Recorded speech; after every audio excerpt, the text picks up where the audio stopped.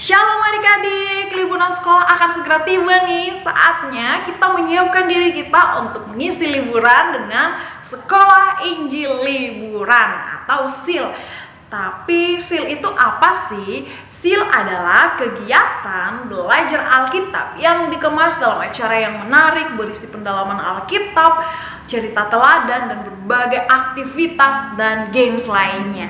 Tema tahun ini adalah beton dan derek. So, selama liburan ini kita akan belajar firman Tuhan seperti seorang insinyur bangunan. Wow. Dan setelah 2 tahun kita melakukan SIL dari rumah, tahun ini kita akan melakukan SIL secara onsite, yaitu pada tanggal 28 Juni sampai dengan 2 Juli 2022 di Gereja Baptis Pertama Bandung. Nah, adik-adik segera daftarkan diri kalian dan jangan lupa ajak sebanyak-banyaknya teman kalian. Untuk informasi lebih lanjut dan lebih lengkapnya, silakan adik-adik menghubungi guru-guru yang ada di kelas atau dapat menghubungi nomor yang ada di layar. Dan jangan lupa isi link pendaftaran. So, adik-adik tunggu apa lagi? Buruan daftar dan sampai jumpa di SIL nanti.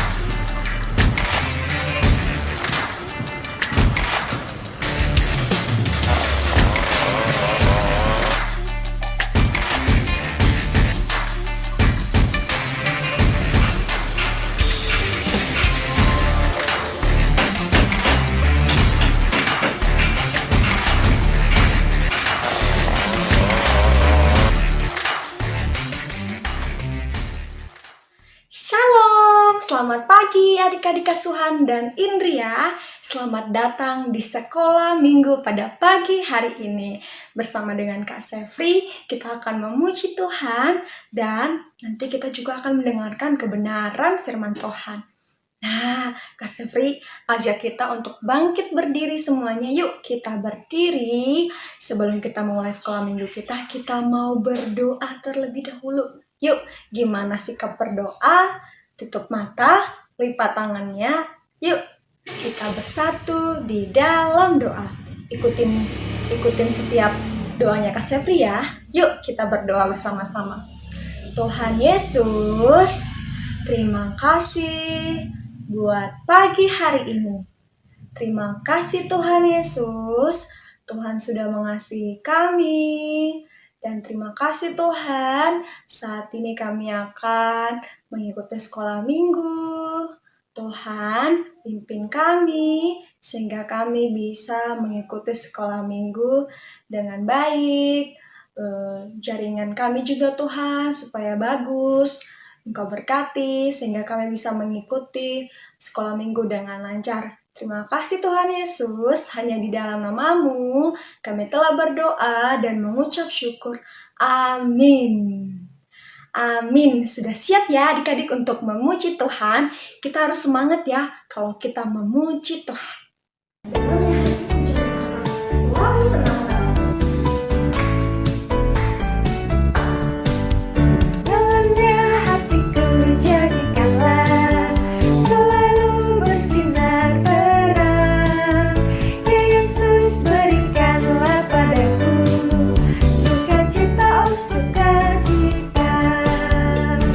Haleluya,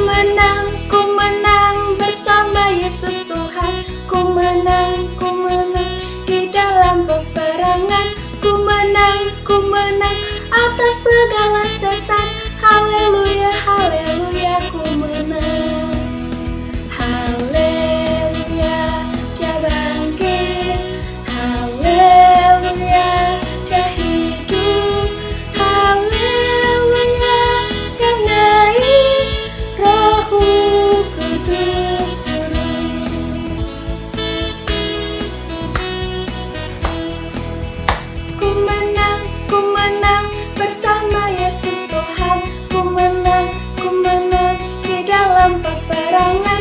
Ku menang atas segala setan.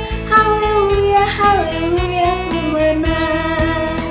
Haleluya, dia bangkit. Haleluya, dia hidup. Haleluya, dia naik. Roh Kudus turun. Ku menang bersama Yesus Tuhan. Ku menang di dalam peperangan. Ku menang atas segala setan. Haleluya, haleluya, ku menang. Haleluya, dia bangkit. Haleluya, dia hidup. Haleluya, dia naik. Roh Kudus turun. Yuk adik-adik, silakan duduk kembali. Saat ini kita mau mempersiapkan hati kita untuk kita mendengarkan kebenaran firman Tuhan. Yuk, sebelum kita mendengarkan firman Tuhan, kita mau menyanyikan lagu Yesus sahabatku, kau mati bagiku.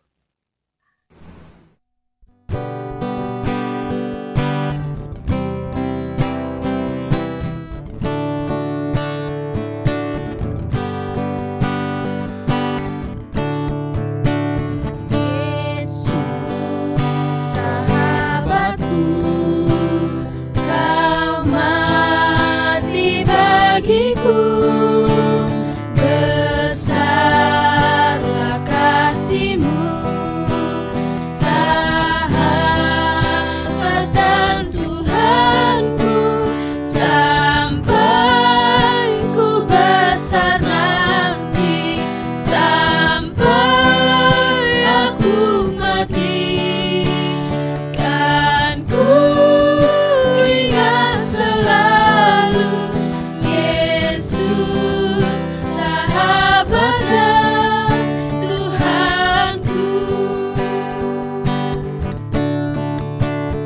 Yesus sahabatku, kau mati bagiku. Besarlah kasih-Mu, sahabat dan Tuhanku, sampai ku besar nanti, sampai aku mati, dan ku ingat selalu Yesus sahabat dan Tuhanku.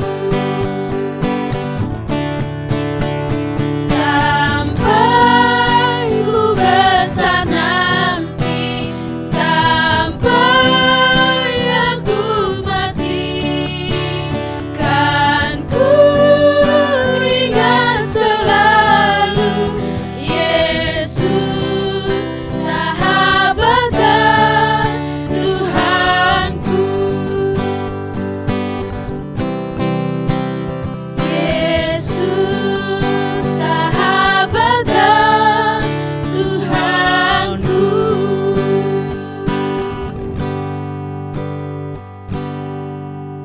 Halo, selamat pagi anak-anak yang dikasihi Tuhan. Selamat berjumpa kembali dengan Bu Giarti dalam Sekolah Minggu Gereja Baptis Pertama Bandung. Nah, anak-anak yang dikasihi Tuhan, khususnya anak asuhan dan Indria, bagaimana kabar kalian? Semua sehat? Puji Tuhan. Ya, kita terus berdoa supaya semua keadaan ini cepat menjadi baik, sehingga kita bisa bertemu kembali dan kita dapat sekolah minggu bersama-sama di gereja. Pengen gak? Weh, ada yang angkat tangan. Pengen pasti ya semuanya berkumpul di gereja seperti dulu lagi. Dan juga bisa belajar bersama-sama firman Tuhan setiap hari Minggu. Karena itu jangan lupa terus berdoa ya, supaya pandemi COVID-19 dapat segera berakhir. Yuk kita sebelum melanjutkan sekolah minggu kita pagi ini, kita akan berdoa terlebih dahulu. Ya, Bu Giarti akan memimpin kita sekalian dalam doa. Mari kita berdoa. Tuhan Yesus yang baik, terima kasih pagi ini kami dapat bertemu kembali dalam kelas sekolah minggu.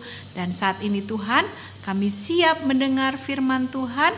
Kiranya Engkau yang menolong kami dan memberkati kami saat kami mendengar firman-Mu. Sehingga kami dapat mengerti setiap firman yang Tuhan sampaikan kepada kami.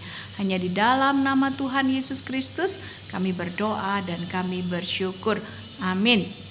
Nah, anak-anak yang dikasih Tuhan, sebelum kita belajar lebih lanjut dalam Alkitab, saya, Bu Giarti, pagi ini mau bertanya dulu nih sama anak-anak. Ada enggak di antara kalian yang pernah mengalami satu keadaan yang sulit sekali, sehingga membuat kita menjadi sedih, membuat kita menjadi susah, membuat kita menjadi, aduh gimana ya gitu. Pernah nggak ada yang ngalamin keadaan sulit? Nah, kalau misalnya anak-anak nggak mengerti keadaan sulit yang seperti apa sih yang dimaksudkan, coba sekarang bertanya sama mama yang ada di rumah atau papa, bertanya begini, Pak, kita pernah nggak sih ngalamin keadaan sulit? Atau Mah, keadaan sulit apa yang pernah kita alami? Nah, izinkan Papa atau Mama menceritakannya buat kamu. Siap? Bu Giarti kasih waktu dalam beberapa waktu ini ya, supaya kalian bisa cerita sama Papa Mama. Oke, nah sekarang Bu Giarti juga mau cerita. Bu Giarti juga pernah ngalamin keadaan sulit. Pada waktu itu kakak Aura tiba-tiba sakit, panas badannya. Terus beberapa hari gak turun-turun panasnya.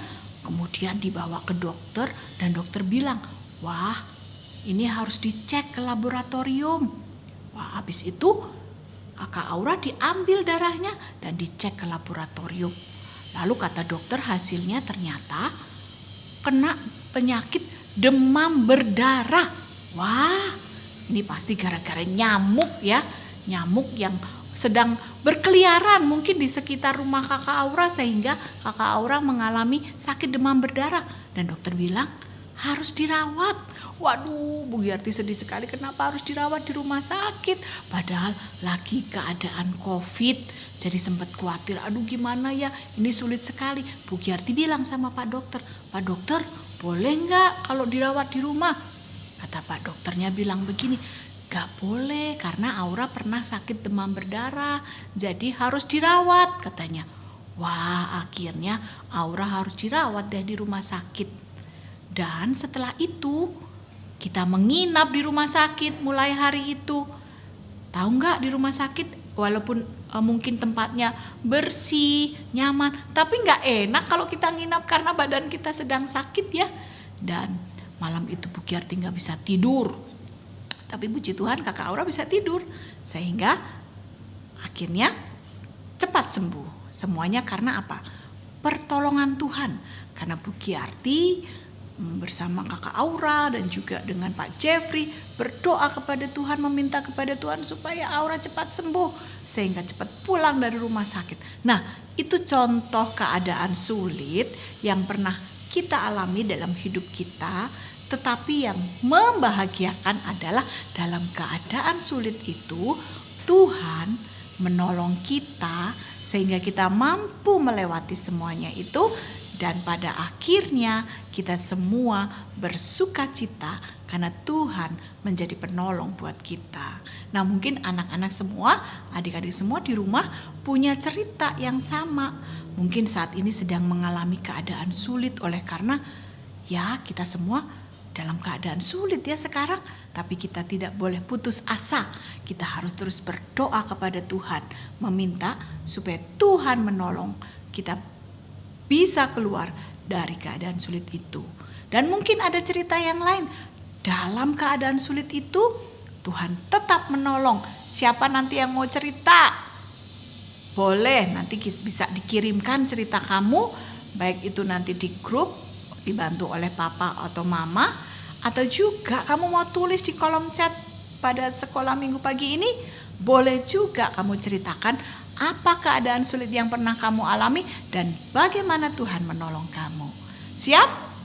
Oke, hari ini kita mau mendengar sebuah cerita bagaimana seorang gadis atau seorang anak perempuan yang masih muda, dia dipakai Tuhan untuk menolong bangsanya dalam mengatasi keadaan sulit yang dihadapi oleh bangsanya. Dari mana cerita itu akan kita dengarkan? Ya, kita akan bersama-sama membuka Alkitab kita di dalam kitab Ester, ya, pasal yang kedua, ya, ayat yang ke-1 sampai dengan ayat yang ke-7 terlebih dahulu. Nanti kita perhatikan dulu ayat-ayat itu dan seterusnya nanti kita akan dengarkan cerita hari ini tentang seorang anak perempuan yang pemberani yang dipakai Tuhan menolong bangsanya mengatasi keadaan sulit yang dihadapi oleh bangsanya. Bu Giarti mau bacakan buat kalian semua, semuanya perhatikan ya. Oke, Ester diangkat menjadi ratu. Sesudah peristiwa-peristiwa ini, setelah kepanasan murka Raja Ahasiweros surut, terkenanglah Baginda kepada Wasti dan yang dilakukannya, dan kepada apa yang diputuskan atasnya. Maka sembah para biduananda raja yang bertugas pada Baginda, hendaklah orang mencari bagi raja gadis-gadis, yaitu anak dara yang elok rupanya. Hendaklah raja menempatkan kuasa-kuasa di segenap daerah kerajaannya, supaya mereka mengumpulkan semua gadis anak-anak dara yang elok rupanya di dalam benteng Susan di balai pertemuan, di bawah pengawasan Hegai, sida-sida raja, penjaga para perempuan. Hendaklah diberikan wangi-wangian kepada mereka, dan gadis yang terbaik pada pemandangan raja, baiklah dia menjadi ratu ganti Wasti. Hal itu dipandang baik oleh raja dan dilakukanlah demikian. Pada waktu itu ada di dalam benteng Susan seorang Yahudi yang bernama Mordekai bin Yair bin Simei bin Kisi, seorang Benyamin yang diangkut dari Yerusalem sebagai salah seorang buangan yang turut dengan Zekonya, Raja Yehuda, ketika ia diangkut ke dalam pembuangan oleh Raja Nebukadnezar, Raja Babel. Mordekai itu pengasuh Hadasa, yakni Ester, anak saudara ayahnya, sebab anak itu tidak beribu bapa lagi. Gadis itu elok perawakannya dan cantik parasnya.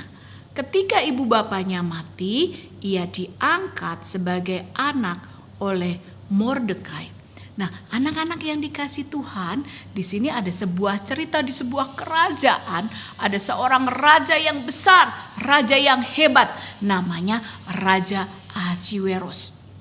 Ya, dia berkuasa di seluruh kerajaannya, dari Persia sampai ke India, sampai ke Ethiopia. Kekuasaannya sangat besar dan raja itu sangat terkenal.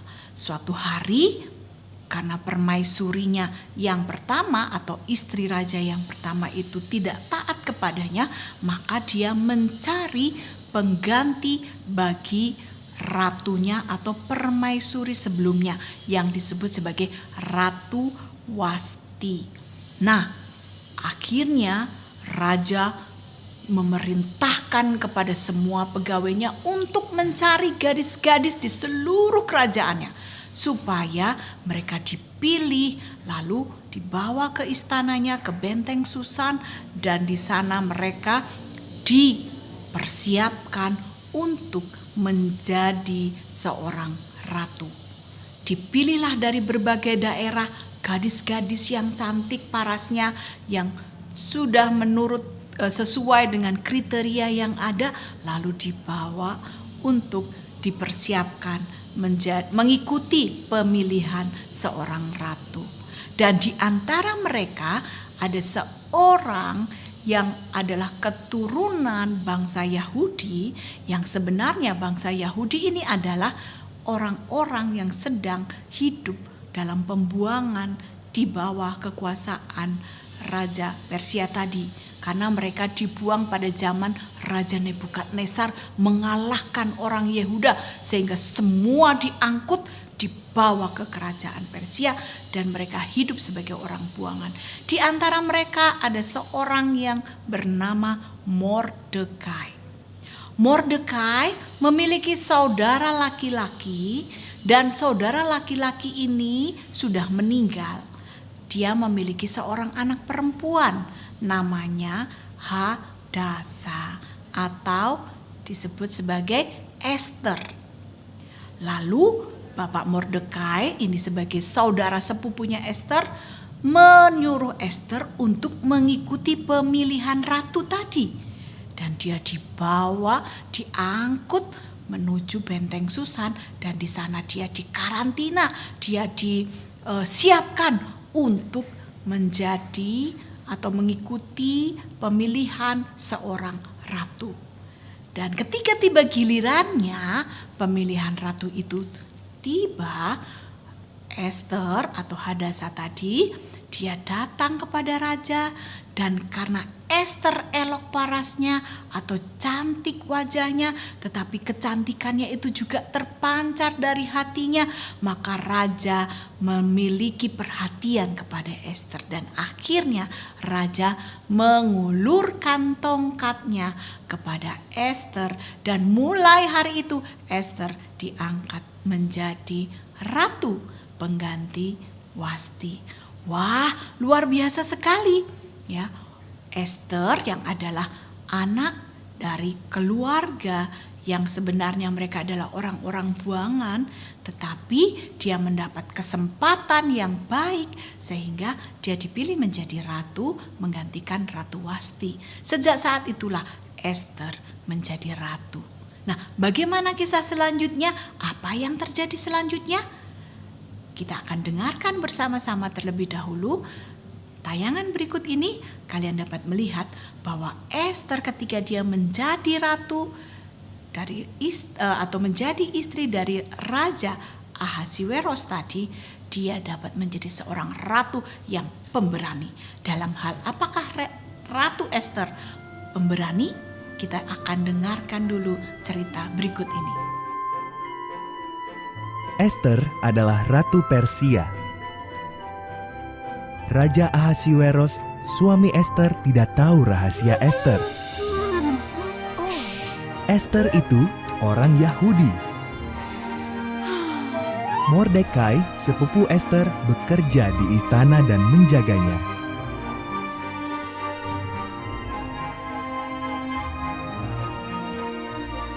Haman, penasehat Ahasiweros, baru menerima penghargaan. Ia sangat bangga. Semua sujud pada Haman, kecuali Mordekai. Haman tersinggung. Ia bersumpah akan membunuh Mordekai dan semua orang Yahudi.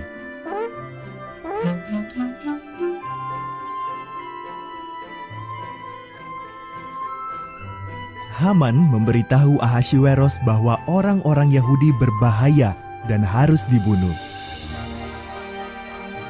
Ahasiweros setuju dan menetapkan hari untuk membunuh mereka. Mordekai ketakutan dan mengirim pesan kepada Ratu Esther.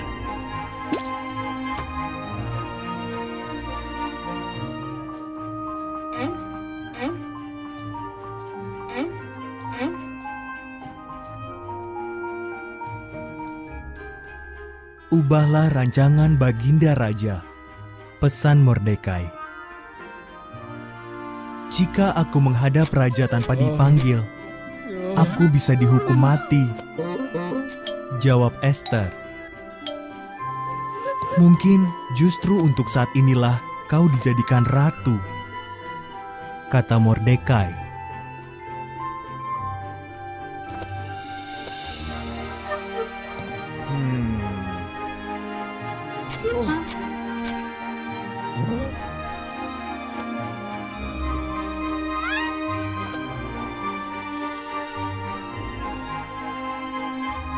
Ester dengan berani setuju untuk mencoba.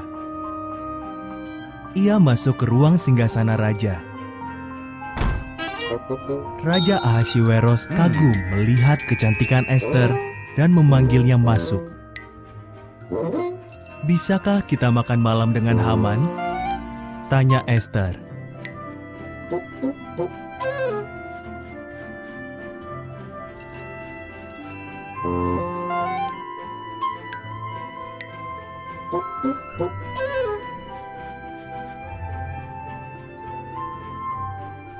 Haman sedang membangun tiang gantungan besar di belakang rumahnya.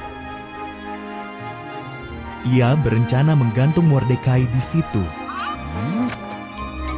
Lalu datanglah undangan raja. Haman pun pergi untuk makan malam di istana raja.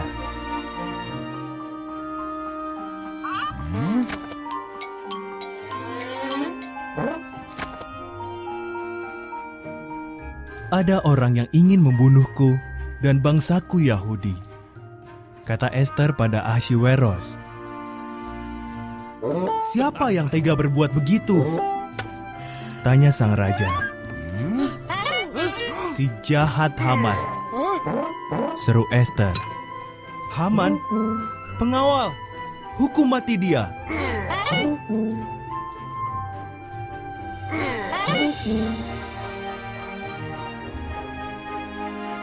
Haman pun digantung di tiang yang didirikannya untuk Mordekai. Berkat Ester, orang-orang Yahudi selamat. Mereka merayakannya dengan pesta yang besar dan memperingatinya sampai sekarang.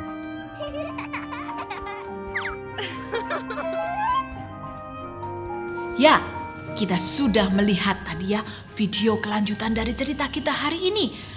Dikatakan bahwa suatu hari bangsanya Ester, yaitu bangsa Yahudi yang tinggal di pembuangan di negeri di bawah kekuasaan Ahasiweros, sedang dalam ancaman yang besar karena ada seorang yang jahat yang bernama Haman ingin membinasakan semua bangsa Yahudi.